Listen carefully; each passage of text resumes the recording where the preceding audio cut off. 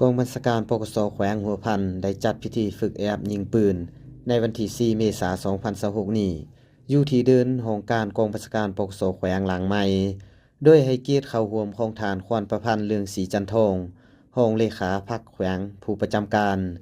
มีฐานพลจัตวาคำเมืองโคดวงคูนหัวหน้าการทหารแขวงและฐานพลจัตวาเพชรสวนอินสุพรรณ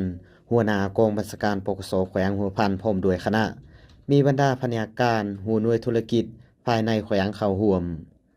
การฝึกแอบยิงปืนในครั้งนี้เพื่อเป็นการเฉลิมฉลองวันสร้างต่างกำลังป้องกันความสงบครบรอบ65 ปีและวันสำคัญต่างๆของพรรคของชาติให้มีความหมายความสำคัญลึกซึ้ง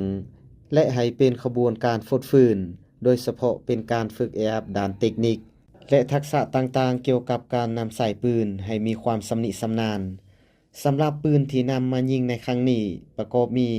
ปืนสั้น K54 K59 และปืนยาวอากา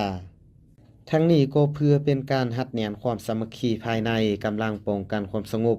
กับบรรดาองค์การจัดตั้งของพรรครัฐอ้อมข้างแขวงตลอดหอดภาคส่วนธุรกิจที่เกี่ยวข้องให้มีความแน่นแฟ้นยิ่งขึ้น